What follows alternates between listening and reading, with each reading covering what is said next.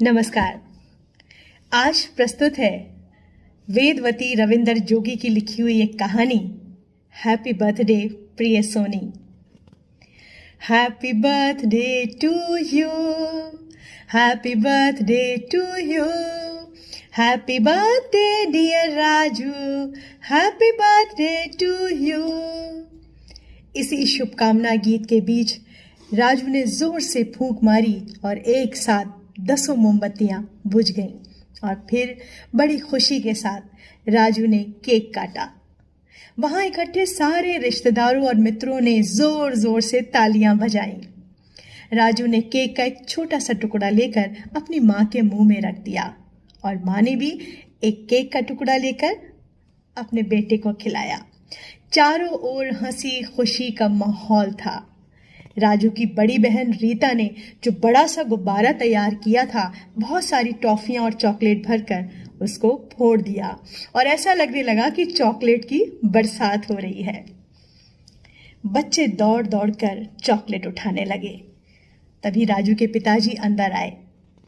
पापा, आप मेरे लिए क्या लाए हो, बताओ ना। जरा बाहर जाकर तो देखो। बाहर जाते ही राजू ने देखा और वो खुशी से चिल्लाया, साइकिल! मैं कब चला पाऊंगा? मुझे जल्दी से चलानी है, मुझे अभी चलानी है। पिताजी ने समझाया, थोड़ा धीरज धरो, सारे मेहमानों को विदा करने के बाद तुम अच्छी तरह से साइकिल चला सकते हो। उसने देखा कि सब मेहमान उसके लिए बड़े सुंदर से तोहफे लेके आए थे। उसके मित्र सुंदर सुंदर कहानियों की पुस्तकें लाए थे। उसके चाचा जी ने उसे एक बढ़िया सा क्रिकेट का सेट दिया था और चाची जी ने एक सुंदर सा पेन सेट दिया था। तभी उसकी माँ आई और बच्चों से बोली, बच्चों बैठ जाओ, रीता ने आज तुम्हारे लिए बहुत अच्छी सी चीज़ें बनाई हैं। पाव भाजी, पकौड़े, मिठाइयाँ, हलवा, आलू के चिप्स और न जाने क्या क्या चीज़ें थीं। सब बड़े मज़े से खाने लगे और बाद में राजू के पिताजी आए और उन्होंने सब बच्चों को आइसक्रीम खिलाई। दो बड़ी बड़ी गोल गोल आंखें बड़े आश्चर्य से ये सब देख रही थीं। सोनी, तुम यहाँ क्या कर रही हो? राजू की मम्मी ने जैसे ही पूछा, सोनी एकदम से डर गई। चुपचाप एक कोने में से छुप के वो ये सारा नज़ारा देख रही थी। तुमने अपनी प्लेट नहीं ली? सोनी ने नहीं में सिर हिला दिया। अरे जल्दी जाओ, रीता दीदी से प्लेट लो और खाने के लिए कुछ ले लो, खा लो और अपनी माँ को फिर मदद करना। सोनी ने एक बार फिर से सिर हिला दिया। जैसे ही वो खाने की चीज़ें लेकर अपनी माँ के पास पहुंची तो कहने लगी, माँ तो जल्दबाजी में थी। उसने कहा, जल्दी जल्दी खा ले, फिर काम में मेरा हाथ बटा। पता नहीं आज कितने सारे बर्तन धोने हैं। माँ बताओ ना, मेरा जन्मदिन हम मनाएंगे प्लीज माँ। हाँ मनाएंगे, जरूर मनाएंगे। हंस क्यों रही हो माँ? क्योंकि मुझे पता ही नहीं कि तेरा दिन तारीख क्या है। माँ, हम जहाँ पे पैदा हुए थे अस्पताल में, वहां से पता कर लेंगे। तुझे पता नहीं बेवकूफ, तू एक झुग्गी में हुई थी, किसी अस्पताल में नहीं हुई थी। और तुझसे पहले तेरी 3 बहनें थीं। यानी कि माँ, आप नहीं चाहती थी कि मैं इस दुनिया में आऊं?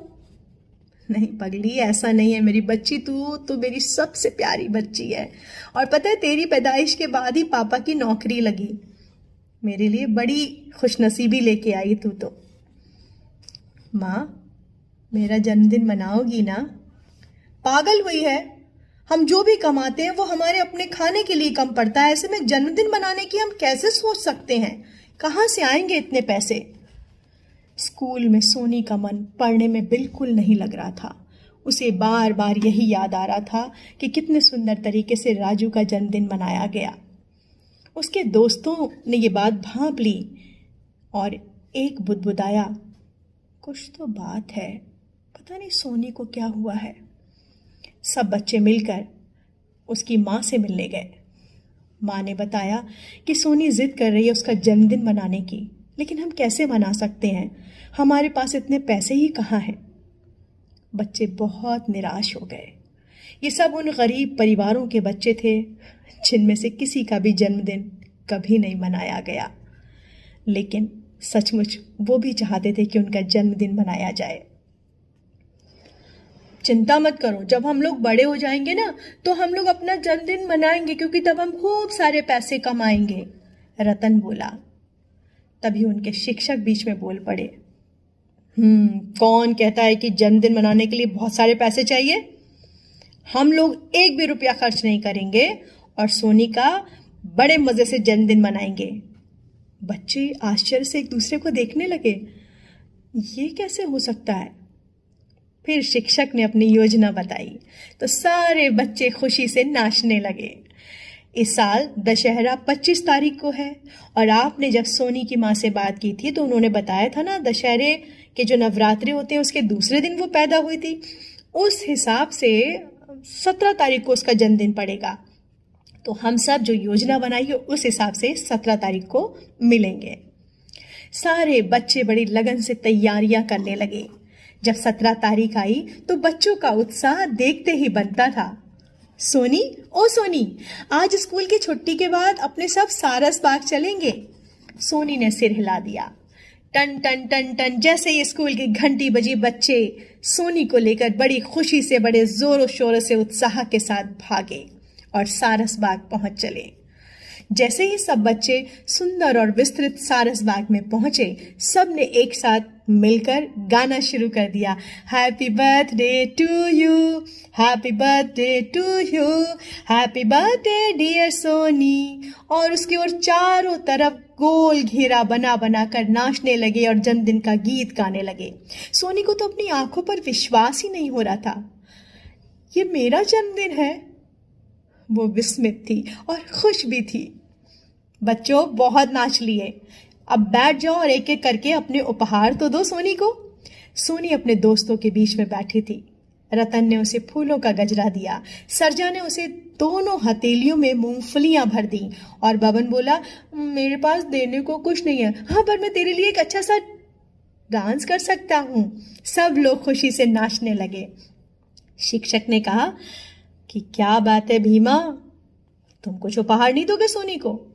भीमा ने सोनी को एक कागज दिया जिस पर एक छोटी सी लेकिन बहुत प्यारी कविता लिखी थी। अब रघु की बारी थी। रघु ने कहा, मैं तो सबकी नकल कर सकता हूँ, अभी तुमको हंसाता हूँ। और उसने हंसा हंसा कर सबको लोट पोट कर दिया। विद्या, तुम क्यों चुपचाप बैठी हो? तब विद्या ने एक छोटी सी कॉपी निकाली और उस कॉपी में बहुत सुंदर सुंदर से रेखा चित्र बने हुए थे।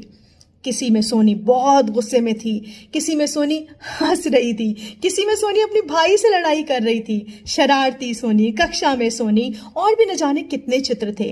लेकिन उस पूरी कॉपी में जो अंतिम पृष्ठ पे बना था वो था सोनी का एक उदास चेहरा और जिसके ऊपर उसके मित्र विद्या ने क्रॉस लगाया था।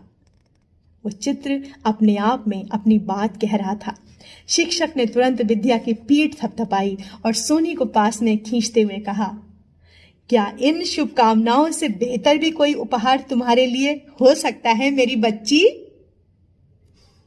The channel has stories in several different Indian languages, so choose what's best for you. If you would like to submit a story of your own, please do contact us using the links given in the description box below. Happy listening.